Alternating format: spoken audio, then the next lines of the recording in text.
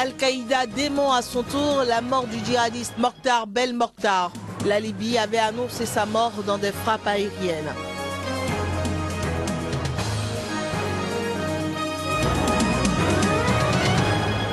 « 38 civils tués dans le sud du Niger par Boko Haram. L'attaque perpétrée dans la nuit de mercredi à jeudi. L'information a été portée par le ministre de l'Intérieur du Niger. Le Mali a levé les mandats d'arrêt contre les dirigeants de la rébellion. Les ultimes obstacles à la signature d'accords de paix ainsi écartés.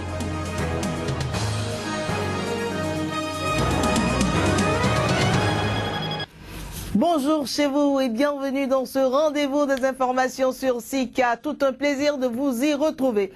38 personnes, dont 14 hommes, 14 femmes et 10 enfants ont été tués dans la nuit de mercredi à jeudi dans le sud-est du Niger lors d'une attaque des combattants islamistes de Boko Haram.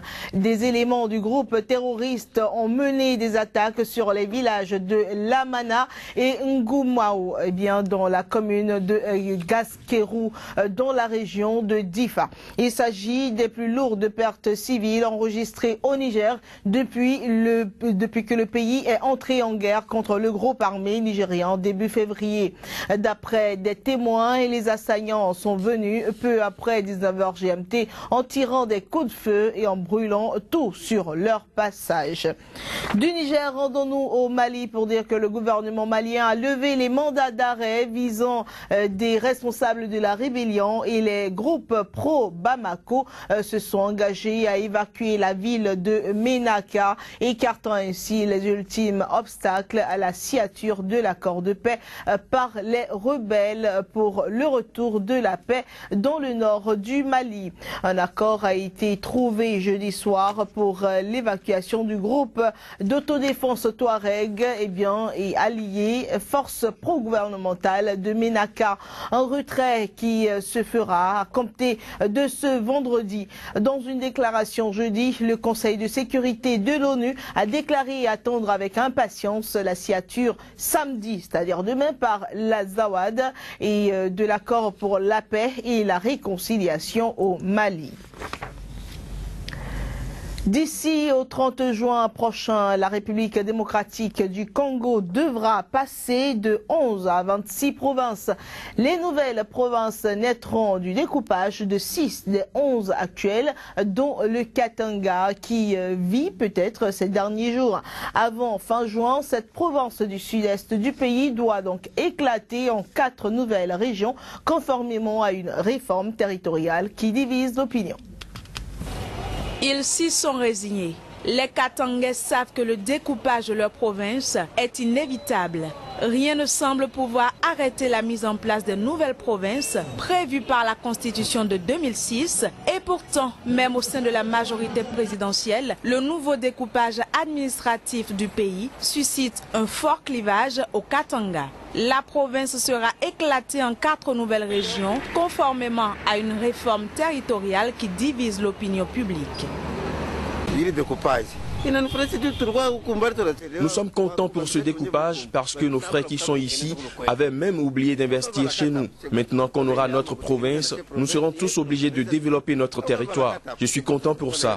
Ça sera difficile au départ, mais ça va aller. La conséquence, il y aura du tribalisme, des divisions des familles, tout ça, le nord, le sud, tout ça. Donc il y aura des conséquences fâcheuses. Et attendons-nous à une guerre civile peut-être. Vous voyez. Donc c'est une loi qui ne favorise rien pour le moment. Le démembrement de Katanga doit se faire avant le 30 juin prochain. Il a été combattu par les 2 hommes forts de la province, son gouverneur Moïse Katumbi Chapoué et le président de l'Assemblée provinciale Gabriel Kiyungu Wakwamza, dans un climat de tension politique à l'approche d'une série d'élections devant commencer en octobre et s'achever par la présidentielle en novembre 2016. Et en France, le collectif des Pompas des Murs a donné une conférence de presse jeudi au cours de laquelle il a lancé un appel aux autorités afin de sortir de la logique de campement. En effet, les membres du collectif estiment que le plan d'hébergement pour les migrants ne répondra pas à l'entièreté des besoins en ce qui concerne les hébergements d'urgence et propose donc des solutions pour son amélioration. Voici quelques extraits de cette conférence. Sur le versant de l'accueil sanitaire et social, ce plan est sous-calibré.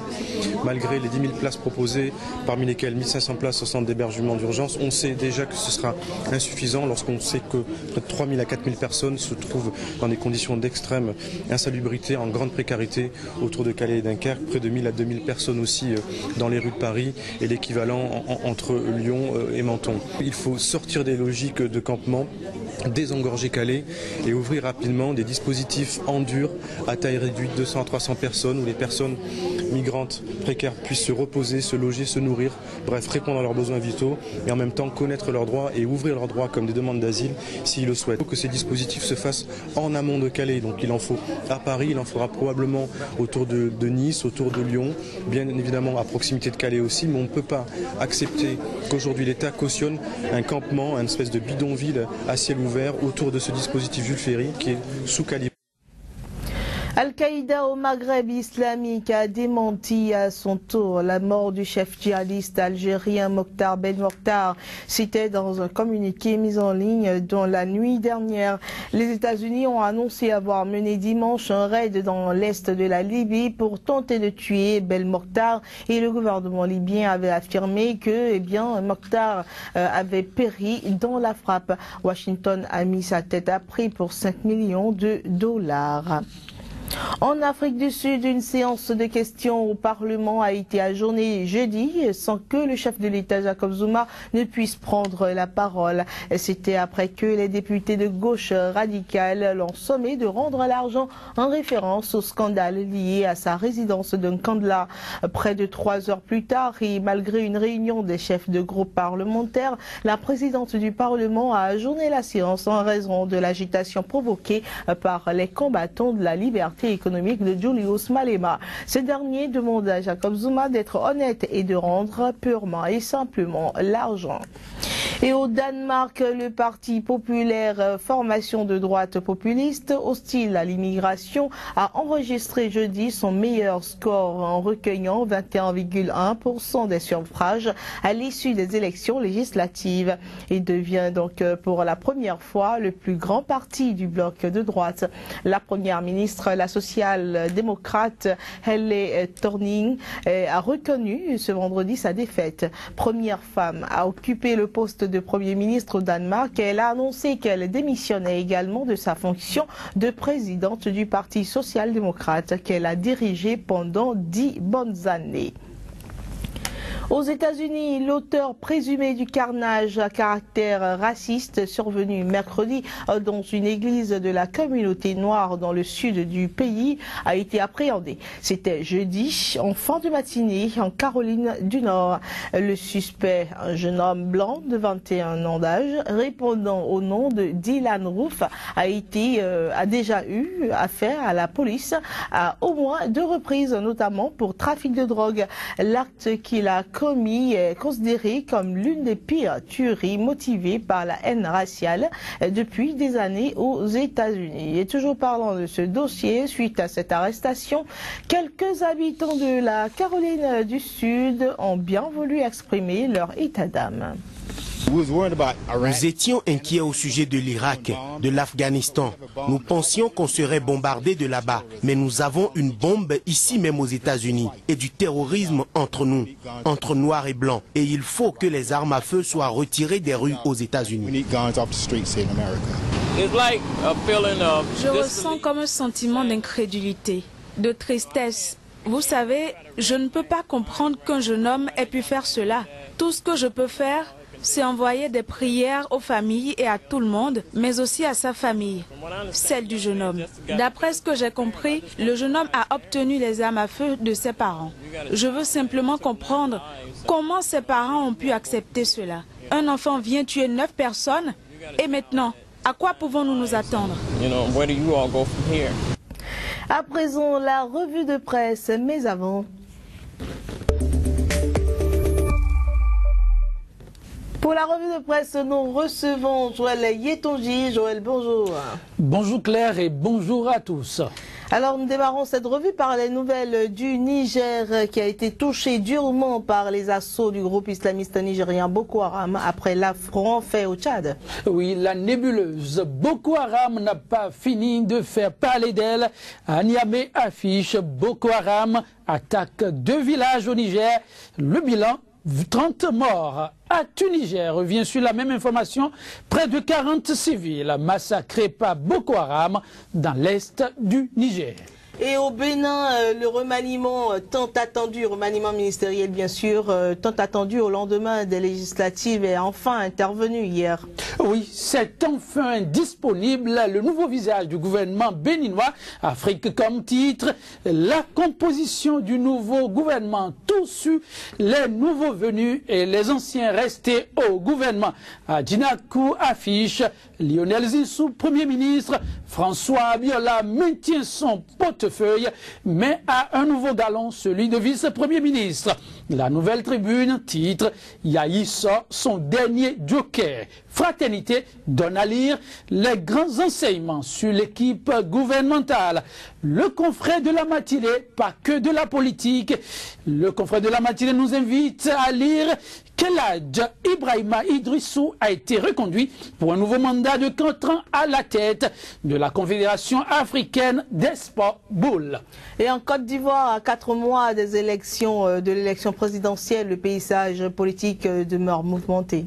Très mouvementé, des déclarations de tout genre, on peut les découvrir dans les colonnes des quotidiens ivoiriens. Aujourd'hui, nous donnons à lire la déclaration de Daniel Boni-Claverie qui pense qu'il faut reporter les élections et aller à une transition politique. Trop tard, le chien aboie, la caravane passe, réplique Bédier dans le jour plus. Le dernier appel de Bédier qui invite purement et simplement à une réélection de Ouattara, le patriote. Bédier demande à ce que les Ivoiriens prouvent à Ouattara qu'ils sont des personnes de foi et de conviction. Toujours à la une du patriote, opération de révision de la liste électorale, voici où s'enrôler. Fraternité Matin donne à lire toute autre information plus diluvienne sur Abidjan. Eh bien, le bilan fait état de 10 morts. L'As Abidjan Daou est devenu un calvaire aux citoyens. Bonne nouvelle en Guinée, eh bien la rencontre pour le dialogue annoncée pour hier, c'est bel et bien tenu et sans animosité. Oui, sans animosité, la rencontre, elle a bien eu lieu. Guinée 7 parle d'une ouverture du dialogue politique sous l'égide de la communauté internationale. Guinée News rapporte les propos de Aboubakar Silla qui déclare « Les débats ont été longs, houleux et passionnés, mais sans consensus. » Africa-Guinée, la crise politique se corse davantage. Média Guinée se veut plutôt rassurant, le bout du tunnel n'est plus bien loin. Alors, si vous acceptez bien, on revient rapidement sur les nouvelles au Nigeria avec le groupe islamiste Boko Haram qui, après son affront face au Tchad, s'attaque maintenant au Niger. Est-ce qu'il n'y a pas de crainte? C'est comme si Boko Haram s'attaquait à tous les pays qui se sont alliés au Nigeria pour le combattre. Non, c'est de cela qu'il est question. C'est une stratégie, une mesure dissuasive pour faire rebousser chemin à ceux qui voudraient peut-être rallier encore les rangs de cette coalition en guerre ouverte contre Boko Haram. Il ne faut pas s'attendre à autre chose. Il est question plutôt de redéfinir les stratégies et savoir que la nébuleuse, telle une pieuvre, peut toujours faire mal et très mal. Boko Haram n'a pas de visage. Le ver est dans le fruit. Laisse typer sans pour autant étouffer et éclater le fruit. C'est délicat, mais il faut y aller, mais avec la manière. Bon, est-ce que vous avez peur puisque vous êtes au Bénin et le Bénin... Non, jamais peur. Un homme ne doit pas avoir peur. Dans une guerre, on perd ou on gagne, mais il faut aller dans un esprit d'un combattant, donc de vaincre. Qui ne risque rien à rien. Tout à fait. Merci à vous, Joël Yetonji, pour cette revue de presse. C'est la fin donc de ce rendez-vous. À bientôt.